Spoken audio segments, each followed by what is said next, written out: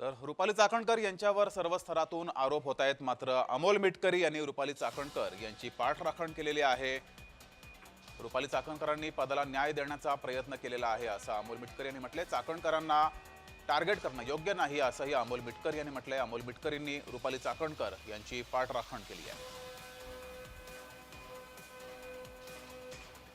राज्य महिला आयोगाने जागोजागी राज्य महिला आयोग आपल्या दारी अशाही संकल्पना संपूर्ण राज्यभर राबवल्या। रुपाली चाकणकरांनी त्या पद्धतीनं त्या पदाला प्रामाणिकपणे न्याय देण्याचा प्रयत्न केलाय।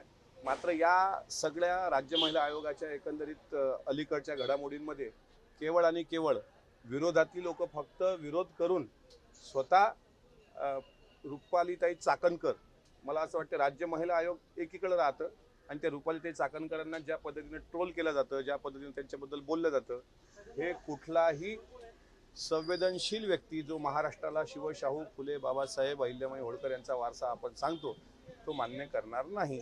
त्यामुळे ज्यांना जायचं आहे त्यांनी जावं, पण त्यांचं काम त्या चोख पद्धतीनं पार पाडत आहे।